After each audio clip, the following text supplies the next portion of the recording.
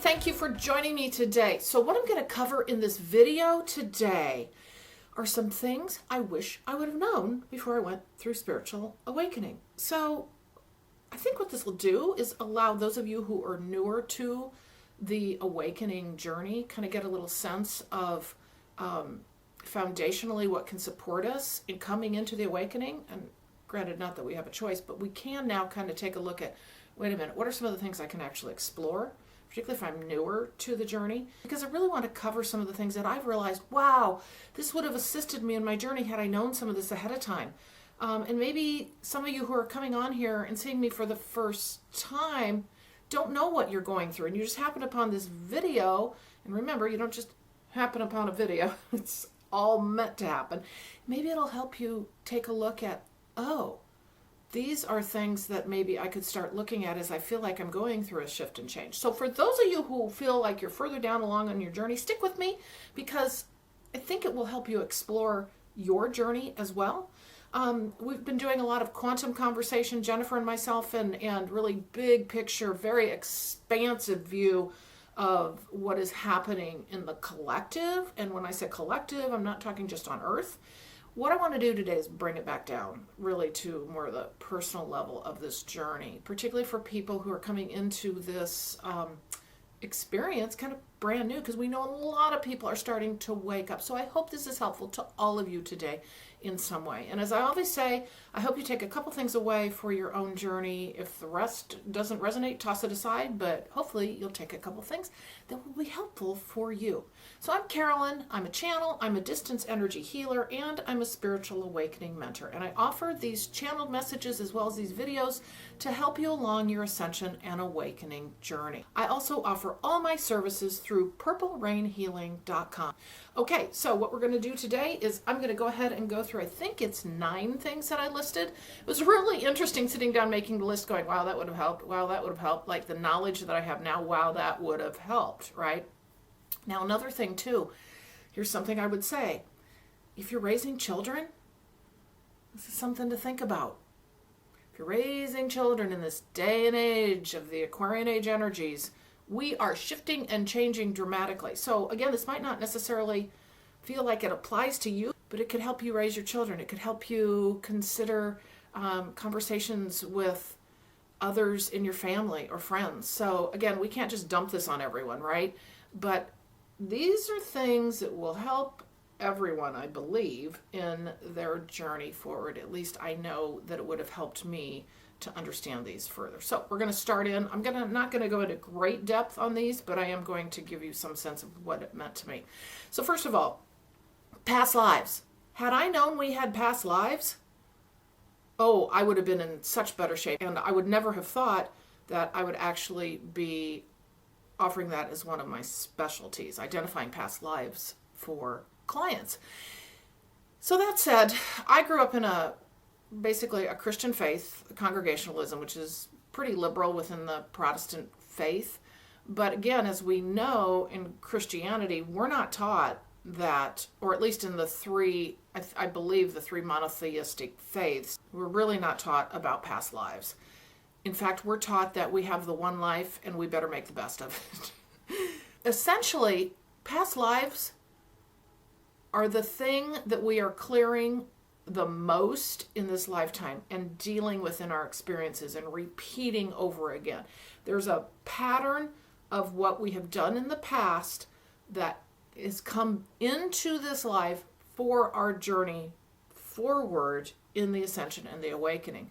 So if I could have understood that I had past lives just in general, not being able to even identify them, first of all, I would have understood more about the fact that we bring oftentimes these experiences we've had in our past lives in to experience again. And I'll just say, do again, get right, whatever that means, right? Learn something different, pay someone back, do it better. It's stuff that our soul, you can call it karma if you want, it's stuff our soul has carried forward and says, I don't like the way that worked out. I need to do this again.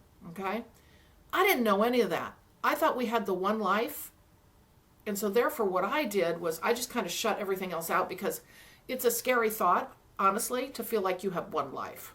It's much better to know you have multiple lives. You get to keep doing this over and over again. And yes, I know some of us are like, no, I never want to do this again because this journey's so hard. But it's also a bit frightening to think about one life.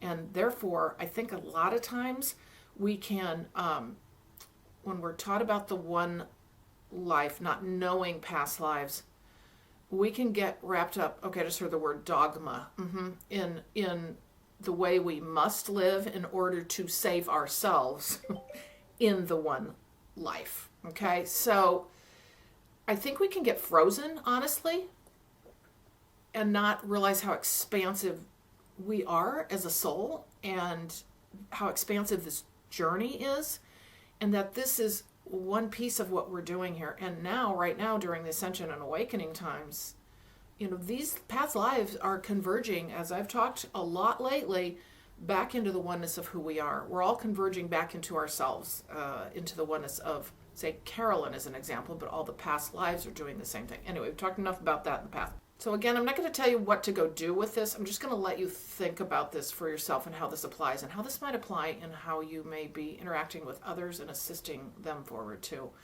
So past lives is probably one of the major things for me that, honestly, not knowing any of this, I literally never questioned the fact that we had more than one life. Ever. I just thought this was it.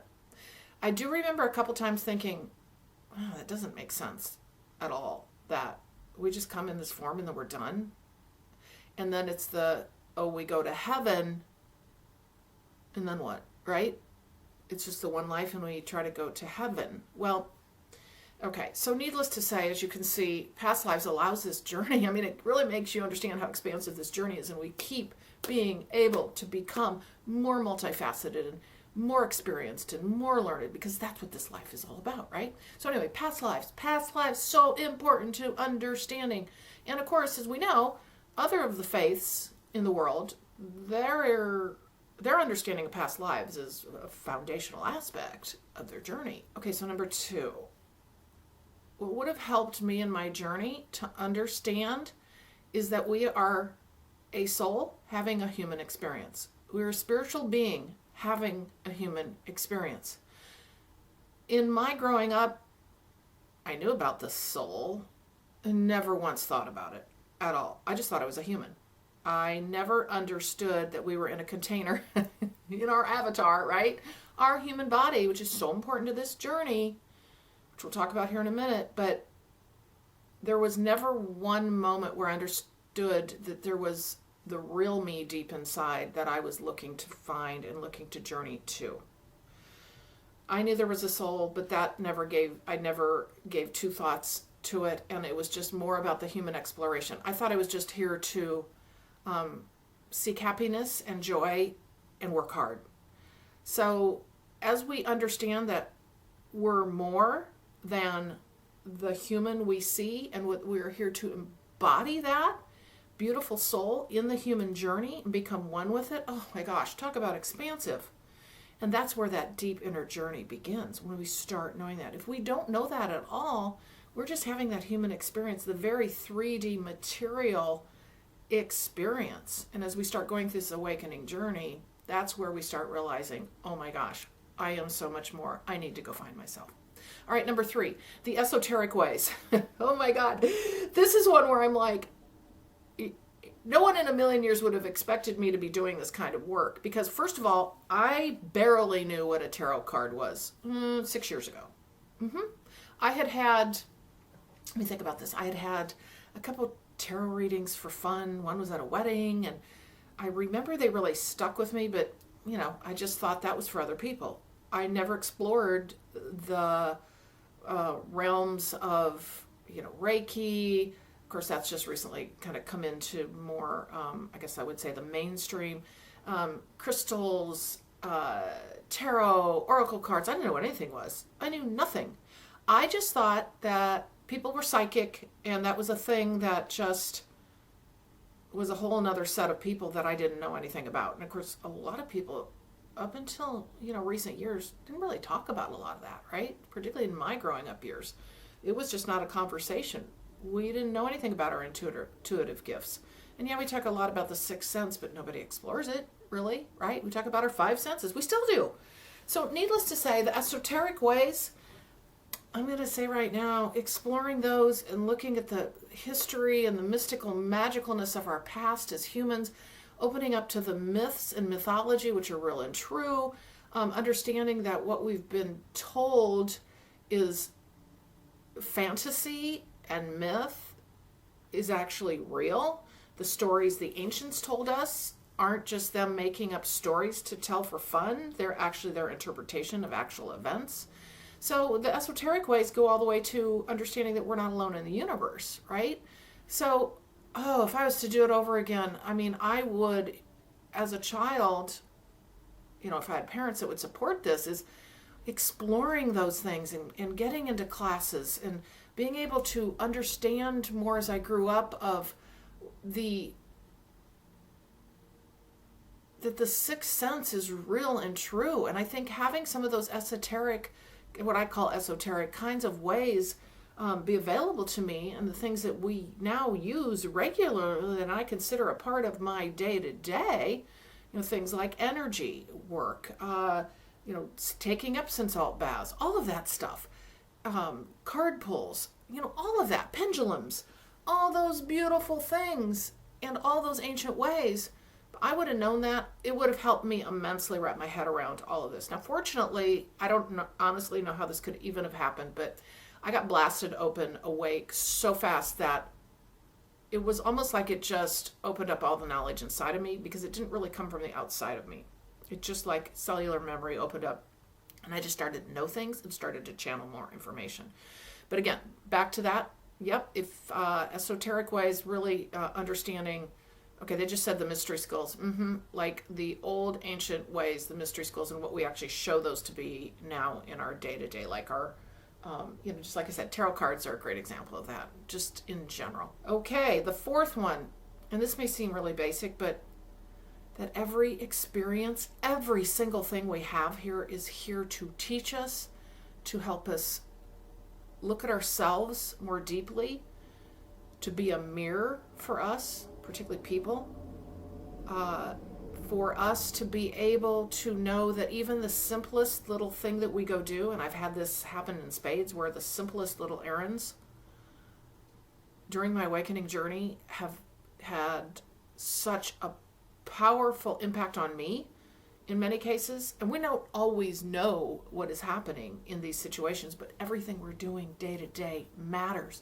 It matters in this journey, in this uncovering, in this learning, in this sharing of ourselves to others. Everything we do day to day and how we interact, particularly with others and with ourselves, is part of this learning journey. And remember, we also create more learning experience through our behavior and our reaction to the things that come. So what I have been told is that as we go through this current life journey, we're not really collecting more karma. As we're moving up into the higher dimensions and frequencies and going through the awakening journey, we're shedding karma. We're not trying to collect it. So if we start doing things where we have collected more experience for us to undo or relearn, we're going to probably do it in this lifetime. Okay, so keep that in mind. And that's very much part of being very aware of our behavior, our choices we make. We're all going to slip up on occasion, right? I mean, it's the learning journey, but just know you're going to keep learning in this lifetime too. So every experience, I wish I would have known, every experience is here to teach us and have purpose. I never knew that. I just kind of floated through my life. So again, knowing that every experience is here to teach us and has purpose would have allowed me earlier on to make more conscious choices rather than just randomly deciding to do something and then dealing with the after effect of that, the ramifications of that, the choices we made. Decisions would have been made more thoughtfully and consciously, and I do believe that's very much where we're moving to now. Many of us are in that stage now where we are very thoughtful about our approach to things. We understand that what we do puts energy out not just for our own journey, but to others and to the collective, and how impactful that is. So that's number 4. Every experience I wish I would have known was here to teach us and has purpose. Okay, number 5. I wish I would have known we had spirit support. Now, I was not Catholic. Like I said, I grew up in a Protestant faith, congregationalism. Catholics understand that there are angels, right? That's one thing I've always loved about Catholicism is at least they understand the angels are real and true. I was never really taught that. It was just kind of like, oh yeah, we have a guardian angel and there are angels, but never once thought about that. What I have begun to realize is that support is stronger than we know, but we have to engage with that support. Now, that doesn't mean they're not surrounding you, helping you day to day, but when you're consciously aware and you make that connection into creating a partnership with them, it is so incredibly powerful. Imagine if we could have understood that in our early days. And I think a lot of us as children knew that we had little friends around us, or might appear as some kind of spirit to us as a child, and we saw them, or a play friend. That was not my experience at all. I had nothing. I had nothing. I wish I would have been able to been taught that, yeah, your angels are real and true. Call on them, create a friendship, create a partnership. They're real and true. You just can't see them. And then to have explained that and allowed that to come into just from not just childhood, but to move from childhood into adulthood. Because what happens with a lot of kids is it's all magical in the early days, and then they start growing up and that all gets turned off because they move into this human world of those things aren't real and true, and they don't talk about them, and then they just kind of go away. And then they start popping back in the awakening ascension journey. If we could just continue that understanding that we all have that kind of support and that we can communicate with them and we can work with them, because they do have free will to contend with, right? So as we make that connection with them, it's incredibly powerful. So I wish more than anything I would have known I had angelic support and that I can call on them. We have a spirit team full of guides and angels and loved ones out there. So again, I wish I would have known that I'd had all that support available to me. All right, number 6. Okay, the inner journey, and we kind of alluded to this earlier. This is an inner journey. It is a school that we were in, but it's an inner journey. It's not this external, let's achieve, let's create material wealth, let's put all of our energy into the outer world. This is about pulling it back in and discovering who we are deep inside, what our loves, joys, passions, inspirations are, rather than getting defined by the outside world and then living a life that isn't true to you. I never knew that at all. At all. I'm lucky enough to have made some decisions that led me to choose, like, say, the career that I chose, and there was purpose in that. But again, I still believe that somehow it all coincides so that you are still moving down your path in the way that you had intended as a soul coming in. But we still make choices.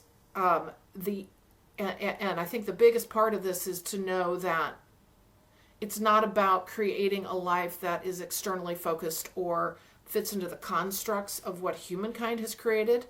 It's about what you want. It's an inner journey to your deep self. Okay? So knowing that would have been helpful in me not expending all this energy in people pleasing and achieving the materialistic gains and constantly climbing the corporate ladder. And again, not that these experiences were bad as such. They were purposeful, but it would have given me a different way of looking at them had I still chosen them, if that makes sense. Okay? So again, it's an inner journey. I wish I would have known that. And it's a school, like we said earlier. So number 7. All right, this is a biggie. I talk about this all the time. And I guess I would say I'm kind of climbing higher on the ladder of this one. Self-care is critical to this journey. It's a foundation of our awakening ascension journey. We are in this beautiful vessel we've been given. We could not live this life without our body. And it's body, mind, and soul, but you can argue mind, body, right? So the soul's inhabiting this. We can't have this journey without it. Self-care is critical. All the things we do build that foundation so that I've said before, our rocket can launch off from that platform. If we're abusing ourselves and we're not assisting ourselves in our health and awareness, and again, this can come in fits and starts. I know that. It doesn't always stay consistent.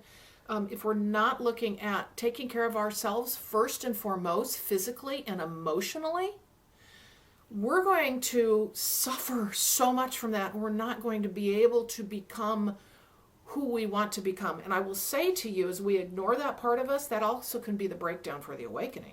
So if you can come into the awareness that the awakening journey and the ascension journey can be very physically and emotionally and mentally difficult, and we have a ton of different energies coming in affecting our body, self-care is critical.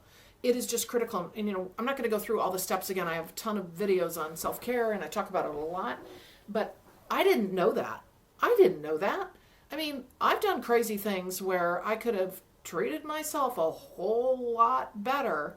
I've been fortunate in that I've always been athletic, been exposed to nature, very much an outdoorsy person. I went through really bad eating habits. I also, as I've mentioned to you before, I like my drinks. I have my whole life. But again, it doesn't serve me any longer, and I've realized that. If I would really have we talk about health and wellness, but we don't talk about it from the perspective of the fact this is our container that our soul is in, and our soul needs this vehicle to be able to do this work. And if all we're doing is focusing on our health issues and the problems that we have, and not taking care of ourselves emotionally and physically, and like I said, this is the emotional side of this too, we're just going to be focused on that and churning in that. Now, a lot of us are dealing with physical and emotional issues, and we're finding new ways to really reverse those. And I firmly believe that many of us, and a lot of you already have examples, I've talked to a lot of you about this, examples of as you're going through ascension and awakening, reversing your health issues, okay? A lot of this has to do with taking that energy and bringing it back into your own, as we mentioned earlier, individual, unique journey to discover who you truly are, paying attention to yourself. Versus what we've been taught for so long is just externalize everything, okay? And frankly, in many cases, that spending time on yourself is self-centered. We won't go there, but again, let's go back to the fact that I would have loved to have known that self-care was actually the foundation of this entire human journey. All right, let's see. Number 8. Okay, this journey is not linear. In addition to the fact that time is not linear. And I don't really want to get into time in and of itself. We've talked a lot about that in recent videos. But the journey of awakening and ascension is not a project plan that you create and you keep doing steps and then you get to a goal. And yes, you can argue, well, enlightenment and ascension is the goal. However, what we do in this awakening and ascension journey, as many of you know, is it's 2 steps forward and sometimes 4 back. Seriously. Or 2 steps forward, 1 back. And then sometimes we'll take these great leaps forward. And remember, this is mostly energetic, all right? And cellular. It's not so much what you are seeing in 3D in your life. A lot of this, remember, before we ever manifest anything outside, it's got to be the inside work. So that's why a lot of us end up getting kind of bored and like, when is anything ever going to change? I've done all this inner work. And you're sitting around the house, bored with the fact there hasn't been any change. Well, you're not ready for it yet, okay? But keep this in mind. It's not linear. It's not, I do this and then this happens. Manifestation takes, I'm just going to say in quotes, time, all right? Manifestation is an energy and it builds, all right? This journey is we are manifesting essentially a new awareness, a new way of life through the inner journey. So again, I guess what I would say is this lines up with, okay, it's not linear and it's also sometimes 2 steps forward, 4 back. It feels like, although that's really not the case. Things take a period of time to gel where we're in the cocoon too. So we get times where we're just quiet. I've honestly, in many regards, had the last 2 years be that way, with the exception of a couple of major things that have happened. And I think that's kind of the point, right? We will have big overarching things occur to us, but then other parts of our life may be very, very quiet. It's all meant to happen. So this is not a linear journey. Don't go create a project plan and say, I'm going to do X, Y, and Z to get here. Because that is not how it works. I have had a number of people say, okay, so I don't feel like I'm moving forward fast enough, or I don't feel like I'm accomplishing anything, or I feel... That's the old 3D model of thinking. And so what we want to be able to do, as we've talked in many ways, is surrender and be able to have patience and know that we are just meant to be in flow in the now moment and do the thing that is in front of us for that day. Okay, so we've talked a lot about that. So it's not linear. I wish I would have known that. It would have been so helpful, because I am an individual who achieves. I am an achiever, very much so. That's very hard for us who are used to having to accomplish something at the end of the day and see a result. Okay, so this will test your patience, absolutely. So this journey is not linear. And lastly, and this would have been so helpful to know this in the beginning, to be able to sit down with somebody as a young person and have these wise words said to me, that the difficulty and the struggle you're going through will be your greatest teacher. I never understood that our struggles and difficulties and the most difficult people we face and the trials and tribulations that bring us to our knees are our greatest teachers. Are our greatest teachers. I just thought it was stuff I had to get through and bad decisions I'd made, and like, oh, now I just need to do something different. I need to not do that. But I would never delve into the understanding of how much I learned from it. Not at all. When you flip that on its head and you start learning that this life journey is about being exposed to all kinds of experiences, good, bad, and the ugly, so that we can learn and reflect back and change our own inner understanding and our own behavior, things really look a lot different. And to understand that there's actually, even with the most difficult struggles, there's purpose. And I won't go into all the detail of that, because we all have traumatic, very often, circumstances that we can't even imagine that we had to go through, or the other person was meant to go through for learning. And again, in my sessions, I delve into these understandings so you can understand a bit more about why difficulties have come in your life, and how that has actually assisted you and others in the continued journey to self and in this ascension and awakening journey. But the point is we as a human species, unfortunately, we don't learn from the beauty and the wonderful things that come our way. We see them, we love them, and then quickly they're gone, and we're to the next thing of what's going to make us feel happy. We have to be taught through some of the greatest difficulties we can imagine, because that then teaches us what we do not want, particularly as a collective. But it's all of the individual inner journey first, of what we do not want, and then starting to make different choices as we have the opportunity to do that. And essentially are released from what maybe, I'll just say, karmic lesson we, or they, the people involved, are here to learn. So it would have helped me immensely to understand that all the struggles in my life have been for purpose. And now when I look back and I've awakened and I'm ascending, I see that I've become who I am today, and now I can understand them in a different way. As difficult as they may be, I can understand them, or start to understand them, in a different way. This is probably one of the, I will just say, more difficult parts of our journey, and it can be very, very, very emotional. But again, while you're doing this work of understanding, like, doing inner child work, or even, for example, past life work, yes, because we do bring in experiences to re-experience again. Doing this kind of work as we identify those kinds of things helps us immensely understand the reasoning for some of the things we've actually gone through, and also helps us begin to clear that. So I wish I would have known that all these struggles and all these difficulties allow us to see what we really want, and then also help us learn how to treat others in a more loving manner. Again, this all goes to learning unconditional love for ourselves and for others, and it is a journey.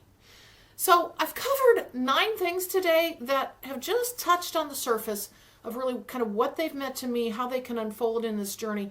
But if I would have known these things earlier on, and some wise soul would have been able to sit down with me and say, let me speak to you, child, about what this means in your journey. Oh my gosh, can you imagine where you would be when you go through your awakening? What I imagine too, and again, these are just 9 things, there were many others.